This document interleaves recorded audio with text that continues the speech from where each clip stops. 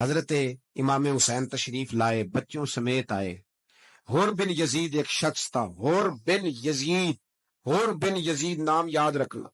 حور بن یزید ایک مختصر سا لشکر لے کے اس نے امام حسین کو ایک جگہ پہ روکا، پھر دوسری جگہ پہ روکا، بالآخر تیسری جگہ پہ روکا تو امام حسین نے فرمایا جگہ کون سی ہے؟ کہا حضور کرب و بلا۔ فرمایا بس یہی خیمے لگا دو، یہی۔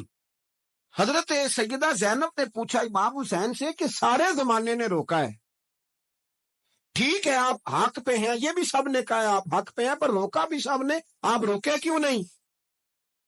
تو ابن کثیر اور ابن اسیر لکھتے ہیں کہ امام حسین رو پڑے، کہنے لگے بہن میں رک جاتا پر میں نے رات کو نانا مصطفیٰ کو خواب میں دیکھا ہے۔ تو حضور نے فرمایا حسین اگر آج یہ رواج پڑ گیا نا یزید جیسے لوگوں کا تو قیامت تک پڑا رہے گا، پھر لوگ کہیں گے کوئی نکلا نہیں تھا تو ہمیں بھی نکلنا، پھر لوگ ظالموں کے سامنے گردنیں جھکانے کے عادی ہو جائے۔ میں کہتا رہتا ہوں، کہہ رہا ہوں، کربلا کی جنگ کفر اسلام کی جنگ نہیں، کفر اسلام کی جنگ نہیں کربلا کی، کیونکہ یزید تو بڑا پکا نمازی تھا، خطبہ دیتا تھا۔ وہ تو جب امام حسین رضی اللہ تعالیٰ عنہ نے کربلا کے میدان میں جمعے کا دن تھا تو یزید کے سامنے کو بات کرنی شروع کی عمر بن سعد کے سامنے، تو عمر بن سعد کہنے لگا حسین زیادہ باتیں نہ کر، ہمارا جمعہ لیٹ ہو رہا ہے، جنگ کے لیے تیار ہو، فٹافٹ آ، اہل بیت نبوت کو قتل کریں گے اور قتل کے بعد پھر نماز پڑھیں گے اور پھر کہیں گے اللہم صلی علی محمد وعلی آل محمد، اسی نماز میں پھر درود بھی پڑھیں گے۔ یہ کیسا مرتبہ ہے، کیسا انداز ہے، دوستی قاتل سے بھی مقتول سے یارانہ۔ حر بن یزید امام حسین سے کہنے لگا مجھے حکم ہے آپ کو روکنے کا، آپ آگے نہیں جا سکتے۔ امام صاحب نے فرمایا وجہ؟ زمین اللہ کی ہے۔ اس نے کہا آپ بیعت نہیں کر رہے، یزید کی حالات آپ کے حق میں درست نہیں ہیں، آپ نہیں جائیں گے۔ امام روک گئے۔ ظہر کی نماز کا وقت ہوا تو حضرت علی اکبر امام حسین کے بڑے صاحبزادے انہوں نے اذان ظہر پڑھی تو حور بن یزید کے لشکر نے امام حسین کے پیچھے نماز ادا کی۔ کہا بھئی تم مقابلے میں آئے ہو نماز پیچھے پڑھتے ہو؟ کہا حضور مقابلہ تو تلواروں سے کر رہے ہیں پر ہمارا دل تو مانتا ہے نا کہ مصطفیٰ کا نواسہ بڑی شان والا ہے۔ حر بن یزید نے 3 نمازیں لشکر سمیت امام حسین کے پیچھے پڑھی ہیں، 3 نمازیں، ظہر اثر اور مغرب۔ پھر امام حسین کے سامنے شرائط پیش کی کہ آپ کو یہاں گھیر لیا گیا ہے، یہاں آپ بیعت کریں گے، یہاں جنگ کریں گے، 2 ہی باتیں۔ امام حسین نے فرمایا نہیں بھائی بیعت تو میں نہیں کرتا، اس کے علاوہ تم جو کہتے ہو میں کرنے کو تیار ہوں۔ اس نے خط لکھا، عبید اللہ ابن زیاد پہ ایک بندہ دوڑایا پیچھے، کوفے چند میل پہ کوفہ تھا، کہا وہ نہیں مان رہے، کیا کرنا ہے؟ تو حسین ابن علی ہے، میں زیادہ دیر انہیں روک بھی نہیں سکتا۔ انہوں نے پیغام دیا حر بن یزید کو کہ کرنا کچھ بھی نہیں، ان کا پانی بند کر دو، بلیک میل کرو، کھانا پانی نہیں ملے گا، چھوٹے چھوٹے بچے ہیں، خود ہی مان جائیں گے۔ حضرت امام علی مقام کے بارے میں حر کے پاس جب یہ پیغام آیا تو حر کہنے لگا میری طبیعت نہیں مانتی حسین پر پانی بند کروں، دل نہیں مانتا۔ جب یہ لفظ کہے نا دوبارہ تو پھر عبید اللہ ابن زیاد نے عمر بن سعد کو 10,000 آدمی دے کے بھیجا، کہا حر بن یزید لچک دکھا رہا ہے حسین کے حق میں۔ ایک رے کا علاقہ تھا، بڑی وہاں فصل ہوتی تھی، لوگ کوشش کرتے تھے وہاں کا گورنر بننے کی، کوشش کرتے تھے۔ تو عبید اللہ ابن زیاد کہنے لگا تمہیں رے کی گورنری ملے گی، سب سے سرسبز و شاداب علاقہ، تمہیں وہاں کا گورنر بنایا جائے گا اگر حسین کے خلاف لڑو گے۔ یہ اتنی زبردست ہوتی ہیں گورنریاں کہ گورنریوں کے لیے لوگ نسل رسول کے خلاف بھی نکل آتے ہیں، یہ اتنی تگڑی ہوتی ہیں، اتنی جلدی وفاداریاں بدلتی ہیں۔ امام حسین کو روک لیا گیا، عمر بن سعد نے روک لیا۔ 1 محرم کو امام آئے، 7 محرم تا روکا گیا، 7 محرم کو پانی بند کر دیا۔ جانور پانی پیتے تھے، گھوڑے پیتے تھے، کتے پیتے تھے، لیکن مصطفیٰ کے گھرانے کو پانی پینے کی اجازت 3 دن تک پانی بند رہا۔ 9 محرم کو عمر بن سعد نے اور لوگ بلائے۔ شمر ایک بڑا سخت آدمی تھا، سنگ دل بدبخت، جس نے حضرت علی اصغر کے گلے پر تیر مارا تھا، وہ اور لشکر لے کے آیا۔